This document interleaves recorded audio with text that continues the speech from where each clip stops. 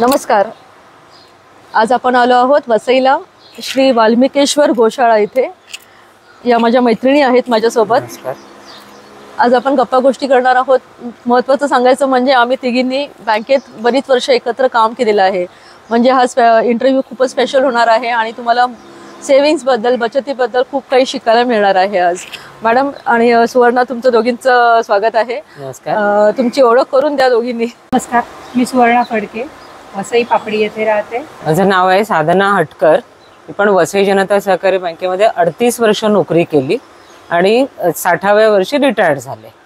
आणि 60 वर्षांनंतर जेव्हा मी रिटायर्ड झाले तेव्हा मी माझ्या गुरूंना असं म्हटलं की मला तुम्ही जिथे मनापासून एखादं काम होत असेल त्या कामात तुम्ही जोडून द्या. आणि त्यांनी मला या वाल्मिकेश्वर गोशाळेमध्ये काम करण्याची संधी दिली. त्याबद्दल मी अगदी त्यांची आभारी आहे.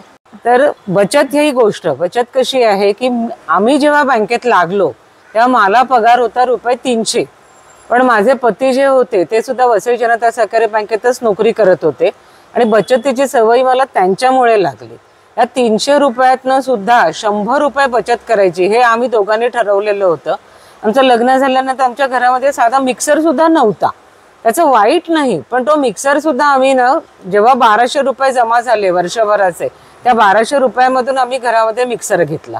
त्यानंतर माझे सासरे होते जवळजवळ 94 वर्षाचे, माझ्या सासूबाई 86 वर्षाच्या होत्या. ज्या ज्या वेळी त्यांचं हॉस्पिटलायझेशन झालं ना, त्या प्रत्येक वेळी बँकेत जे सेव्हिंग केलेलं होतं ते सेव्हिंग आम्हाला मिळत गेलं. त्यामुळे कोणाहीकडे हात पसरायची वेळ आली नाही आणि त्याच्यातून आम्ही त्यांचं व्यवस्थित औषध पाणी करू शकलो.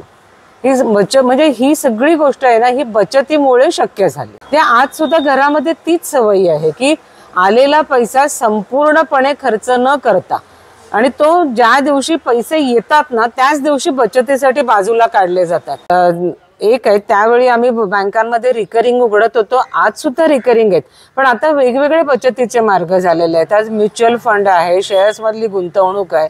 आज ज्योती मॅडमकडे सुद्धा मी रिटायरमेंट नंतर जे काय माझ्याकडे फंड्स आले त्याची गुंतवणूक मी मधुरा मॅडमकडे, आम्ही तिला आधी ज्योती तिचं नाव होतं त्यामुळे मी ज्योती म्हणते, पण ते त्याच्यातून सुद्धा मी मधुरा मॅडमकडे गुंतवणूक केलेली आहे आणि त्याचे रिटर्न्स आम्हाला बऱ्यापैकी मिळतात. नक्कीच नक्कीच खूपच चांगली आपल्याला त्यांनी माहिती दिलेली आहे.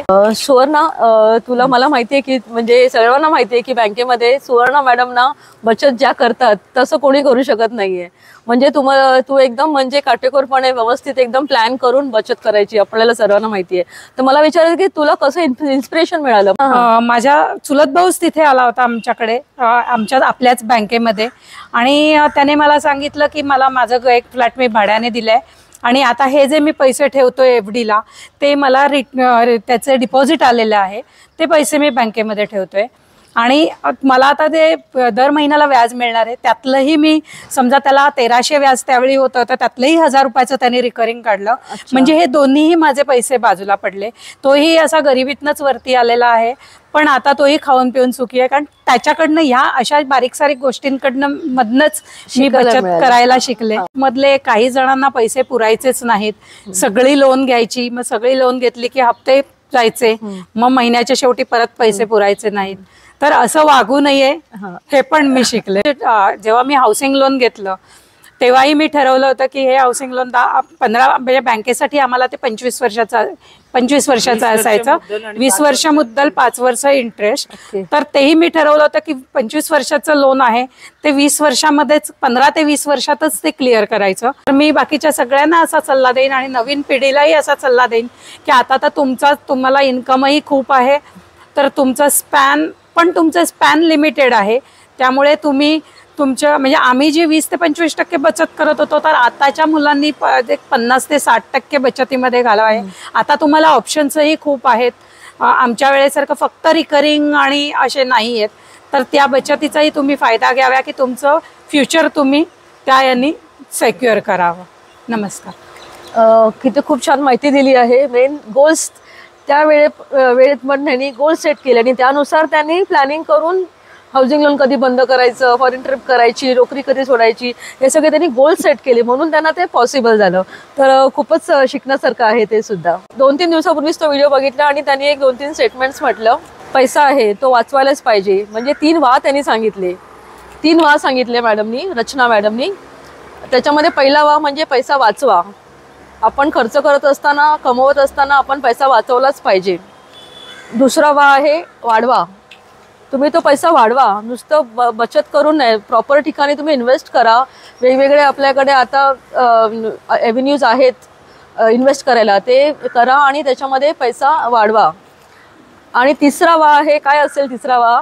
वाटा. तिसरा वा आहे वाटा. तो मला खूप आवडला एकदम. म्हणजे नुसतं वाढवा, कमवून ठेवू नका, वापरा पण. हा, आणि स्वतः पण वापरा पण आणि वाटा पण. म्हणजे आता मला सांगण्याचा हेतू आहे की ते मॅडम स्वतः एवढा वेळ देऊन जे लोक मदत करतील त्यांची ते मदत घेतात आणि त्याच मदतीच्या खर्चाने एवढा मोठा त्यांनी जे सगळं आहे ते सगळं सांभाळत आहेत आणि खर्च करतायत. तर मी स्वतः माझ्या मुलीला सवय लावलेली आहे, कमवतेस त्याचा एक छोटासा का होईना पार्ट दर महिन्याला इथे डोनेट केलं पाहिजे. भले काही 1% असू दे का 1000 असू दे का व्हॉटेवर, जेवढं तुला जमेल ती सवय ठेव. आपल्या बचतीमधून, आपल्या इन्कम मधून एक छोटासा वाटा आपण समाजाकरता आपण दिला पाहिजे, तो वाटला पाहिजे. आणि त्याच्यानी खरोखर म्हणजे एवढं सगळं काम करणं, आपण पर्सनली इथे येऊन काम नाही करू शकत आहेत. कमीत कमी आपलं छोटंसं इन्कमचा एक छोटासा भाग आपण जर डोनेट केला तर तो त्यांना खूप फायदेशीर आहे. छोटंसं पण का होईना तुम्हाला त्याचा पण नक्कीच खूपच फायदा होतो. आणि तुम्हाला मॅडम लोक मदत करत असतील त्या मदतीवरतीच आता चाललंय. मासिक खर्च जवळजवळ 35 ते 40 हजार रुपये आहे. पण ते ज्योतीची मुलगी कौतुक म्हणजे मोक्षदा, ती आहे फॉरेन मध्ये, पण तिकडून सुद्धा दर महिन्याला ती पैसे पाठवते. या सगळ्यांच्या सहकार्यातूनच हे सगळं काम चालू आहे. आणि गीर गाय आहे, गावठी गाय आहे, ही जमात आहे, ही पुढे वाढली पाहिजे, टिकली पाहिजे आणि ह्याच्यासाठीच आपला पूर्ण प्रयत्न आहे. बरोबर बरोबर. तर नक्कीच मॅडम तुम्ही आणि सुवर्णा मॅडम दोघांनी एवढा वेळ दिलेला आहे, तुमच्या अनुभव सांगितले त्याच्यासाठी खूप खूप धन्यवाद मॅडम तुमच्या दोघींचे. धन्यवाद. थँक्यू.